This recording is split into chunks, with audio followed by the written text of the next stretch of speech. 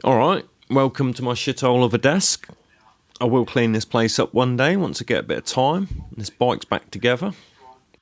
As I've stripped and I'm rebuilding my bike completely, I figured I'd do the rear brake and master cylinder. Now, I don't technically need to do it as there was nothing wrong with them. But they've been on my bike for 8 years. I've done thousands of miles on them. So now's as good a time as any to do it. So I'm pretty sure with the rear caliper, I don't think it's changed on any of the models of MT07. And I think it's the same for the Tracer 700 and the R7. I'm not 100% sure on the R7.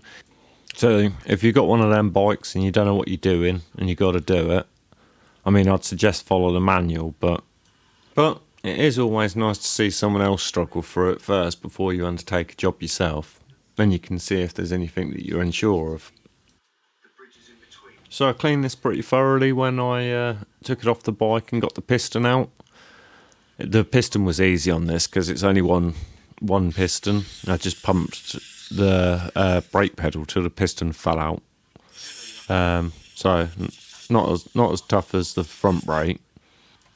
So now I've got the oil seals out and everything's good to go. I'll just give it a bit of a fuff with the industrial fuffer, as I ain't got an airline. Like I say, I'd cleaned it all, but just in case any of the seal material was left in there or anything like that. But it looked good. So I'm doing the oil seal first. That's the one at the back, and you lubricate it with brake fluid. I say brake fluid because that's what the manual says. I don't know whether that's the same on all back brakes, but it's definitely that on these brakes. If you haven't done this before, these seals, they're not hard to get in, they're just tricky. The trick is to slide like one bit of seal in, like the bottom, and then run your fingers round it and it'll pop in at the top. It's just sometimes it's a bit of an arsehole and it pops back out. But once it goes in, it'll sit really nice. You'll know it's in. And if you actually look in the workshop manual as well, it does actually tell you how to lubricate all of the seals and stuff, like the lips of the seals within your bike. It tells you everything that you need to know. And then I'm just giving that a quick spray out again because I used blue rag, and blue rag can leave fibres places. So this is the dust seal, and I'm lubricating it with silicone brake grease, which is what Yamaha tells you to do. The only thing is, I should have really changed my gloves because I've got brake fluid on my hands. I don't think it's the end of the world, but if you want to do things properly, you should stop that contamination. As the oil seal at the back should actually stop all of the brake fluid getting out, and the dust seal should stop all the shit getting in. So there shouldn't be like oil in the middle, so they don't meet.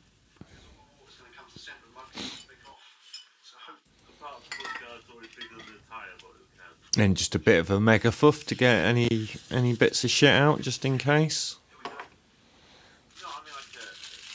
In time for the piston, which is nice and shiny. And then I put these in dry. I'm pretty sure you're not supposed to grease them or oil them or spit on them or anything. You just line them up, slide them in. That's it.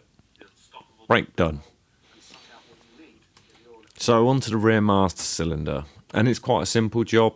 Like, this is using the Yamaha rebuild kit. So you basically pull the rubber johnny down, and inside there's a circlip, and it's sat in a groove. And then once you undo that circlip, like, the whole assembly should just come to bits. So once that's all in bits, you just need to take all of its guts out, give it a good clean, and it's ready for all the little bits to go back in from the kit. I'm not really sure what you'd call this bit. So I'm going to call it the plunger. So you stick silicone brake grease on this, give it a wipe around, make sure it gets all the bits, because that's going to sit inside the cup on the spring. Again, I don't know whether it's called a cup. In the manual, it's just referred to as master cylinder assembly. So I'm sticking with what I know.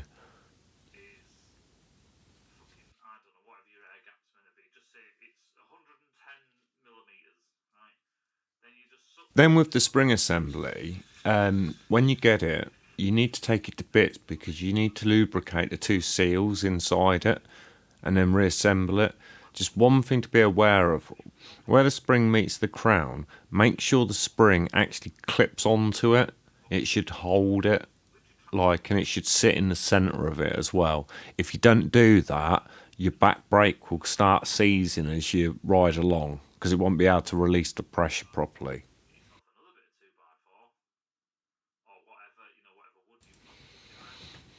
With the plunger assembly, the circlip doesn't actually come mounted on it, but I found what you want to do is try and get the circlip on it before you assemble, try and assemble it all together. It just makes it easier. You haven't got to try and balance everything in more hands than you've got. And you also want to pull back the rubber johnny now. Get it ready so when you insert it, everything's good to go. And then you push the plunger down on the spring. You get your circlip pliers and you try and get that circlip back in the groove. Once you think you've got it in the groove, make sure you give it a good check. You shouldn't be able to pull the brake plunger out, and it should just look round it. You should see it sits completely in it.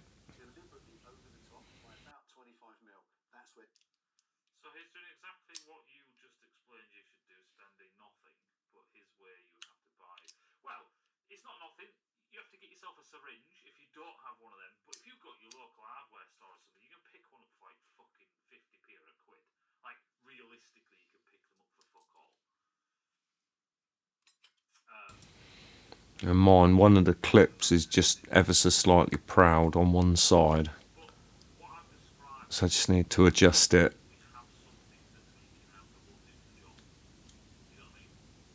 Pop it in that groove properly.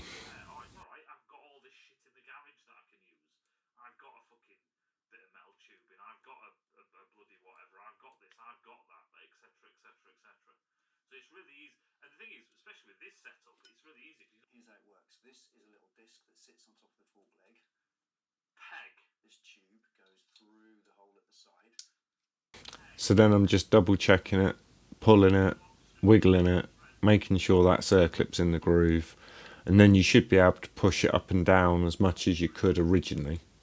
Well, unless your master cylinder was fucked, and then maybe you couldn't push it up and down very easily. But it should freely move. Then you just got to put the little rubber johnny back in the groove, pop it in, as that's going to be like basically your crap cover. And there's actually a groove on the thread as well, like it pops in. So it's like a double pop in.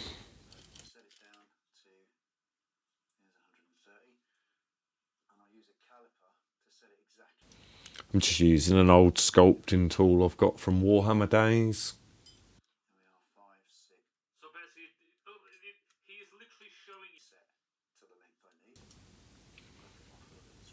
So you don't actually get the nuts and the spring retainer for the back brake pedal with the kit.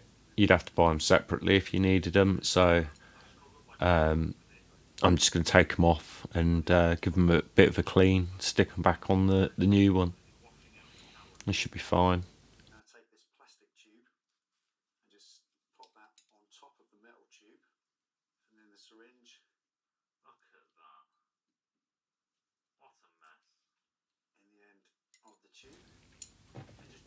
The nut actually slots in that spring retainer, so it holds it, locks the spring retainer to the nut.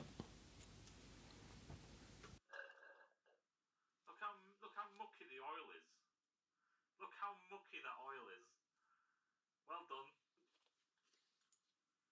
And I thought, bollocks, I'll just use a pair of pliers to hold this because it's going in the bin.